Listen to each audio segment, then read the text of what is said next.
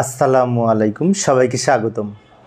প্রিয় শিক্ষার্থী বন্ধুরা, আজকে আমি এইচএসসি আইসিটি বিষয়ের ক্যালকুলেটর ব্যবহার করে বাইনারি থেকে দশমিক কীভাবে নির্ণয় করা যায় খুব সহজেই। আমরা অনেক সময় যখন এমসিকিউ পরীক্ষার উত্তর দিই তখন ক্যালকুলেটরে যদি ব্যবহার করতে পারি, বের করতে পারি, তাহলে অনেক সহজ হয়। তো সেজন্য আমি বাইনারি থেকে দশমিক সংখ্যা যদি রূপান্তর করতে চাই, মনে করি 110110 বেস 2, এটি একটি বাইনারি সংখ্যা, এটা দশমিক মান আমি ক্যালকুলেটর ব্যবহার করে নির্ণয় করতে চাই।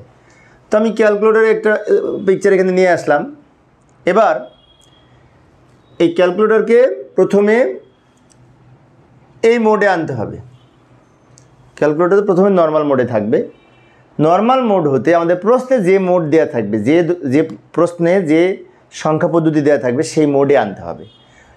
তো আমাদের দেওয়া আছে কি বাইনারি মোড, 2 মানে কি বাইনারি মোড দেওয়া আছে। তো বাইনারি মোডে ক্যালকুলেটরকে রেডি করতে হবে, তার জন্য মোড চেঞ্জ করতে হবে। তো ক্যালকুলেটরের মোড চেঞ্জ করার নিয়ম হচ্ছে, এই যে ডান দিকে অন আছে না, এই উপরে কর্নারে অনের বাম পাশে মোড আছে, মোডে 2 বার প্রেস করে 3-এ প্রেস করব। মোডে 2 বার প্রেস করে 3-এ প্রেস করব, 3 মোড 3, কিন্তু মোড 2 বার, তারপরে 3, তাহলে মোড চেঞ্জ হয়ে ডি মোডে আসবে, ডেসিমেল মোডে আসবে। এখন ডেসিমেল মোডে আসলে কিন্তু হবে না, আমাদের আনতে হবে এই বাইনারি মোডে। এবার ডেসিমেল হতে বাইনারি মোডে নেওয়ার জন্য আমরা আর মোডে চাপ দিব না, তাহলে কোথায় প্রেস করব? এই যে এই লাইনে কিন্তু বাইনারি লেখা আছে, এই যে এইখানে এই লগ লেখা আছে না, লগের উপরে লেখা আছে BIN মানে বাইনারি। তো আমি এবার এই মোড চেঞ্জ করে আবার বাইনারি মোডে নেওয়ার জন্য এই লগে প্রেস করব। তাহলে মোড চেঞ্জ হয়ে এখন বি মোডে এসেছে, ডি থেকে বি মোডে এসেছে। বি মানে কি বাইনারি মোডে এসেছে। এখন আমরা এই বাইনারি সংখ্যা এখানে লিখতে পারবো। আচ্ছা, এবার এইটাকে কি করব? দশমিকে রূপান্তর করব। দশমিকে রূপান্তর করার জন্য আমাদের একবার ইকুয়ালে প্রেস করতে হবে, ইকুয়াল তারপরে দশমিক মানে কি ডেসিমেল। ভালো করে লক্ষ্য করি, বাইনারি মোডে নেওয়ার পরে এই সংখ্যাটি তুলব।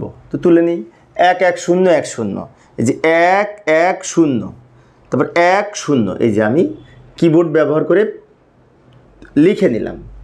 লেখার পরে বাইনারি লেখা আছে, এটাকে দশমিক করার জন্য এখানে ডেসিমেল কোথায় সেটাই প্রেস করতে হবে। এই যে লগের বাম পাশে এখানে হেক্সা লেখা, হেক্সার বাম পাশে এই যে DEC লেখা, x² উপরে DEC লেখা, মানে এইটা হচ্ছে ডেসিমেল। তো এটা যদি প্রেস করি তো ডেসিমেল হবে, কিন্তু তার আগে আরেকটু কাজ করতে হবে। সেটি হচ্ছে আমাদের ইকুয়ালে প্রেস করতে হবে। ইকুয়াল বাইনারি সংখ্যাটি তোলার পরে ইকুয়াল প্রেস করব, করার পরে এই x² মানে ডেসিমেল, ডেসিমেল হয়ে গেছে। 26 হচ্ছে ডেসিমেল নাম্বার এই সংখ্যাটির। দশমিক সংখ্যা 26, এই সংখ্যাটি হচ্ছে 10 ভিত্তিক দশমিক সংখ্যা। তো এইভাবে আমরা বাইনারি হতে দশমিক করতে পারি ক্যালকুলেটর ব্যবহার করে। আচ্ছা, আমি আর একটা দেখাচ্ছি, 2টা দেখালে অবশ্যই মনে থাকবে। আমি আর একটা অঙ্ক দেখাচ্ছি। এই যে 410, এইটা একটা বাইনারি সংখ্যা, এটার দশমিক করব। তো আমি ফ্রেশ ক্যালকুলেটর আবার অন করলাম, প্রথম থেকে দেখাবো কিভাবে মোড চেঞ্জ করতে হয়।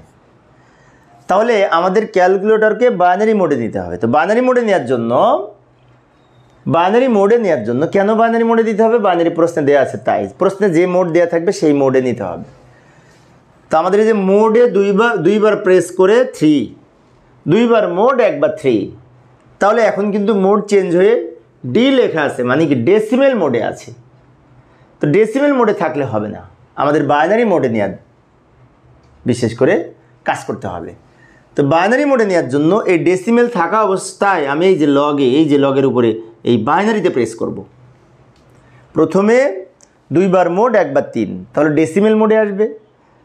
আর একবার এই লগে প্রেস করব, লগের উপরে কিন্তু বাইনারি লেখা বিন, এটাই প্রেস করলে এখন বি মোডে এসেছে, মানে কি বাইনারি অবস্থায় আছে ক্যালকুলেটর। এই অবস্থায় আমি এই সংখ্যা তুলব, লিখব 410। তো লিখব এই যে কিবোর্ড ব্যবহার করে 1111, 4টা 1 আর 0, এই যে এটা ব্যবহার করে আমি লিখে নিলাম।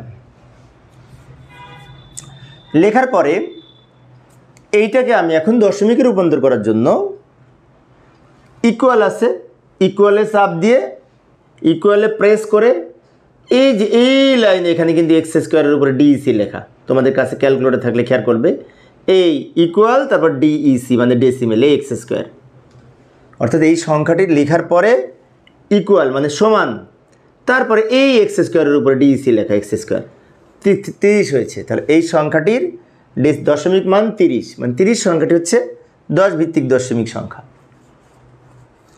এইভাবে আমরা দশমিক থেকে দশমিক সংখ্যা রূপান্তর করতে পারি বাইনারি হতে।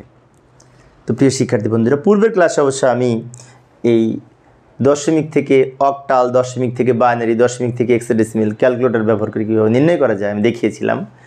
তো সেই ক্লাসগুলো যদি তোমরা না দেখে থাকো, দেখলে তোমরা অনেক কিছু শিখতে পারবে।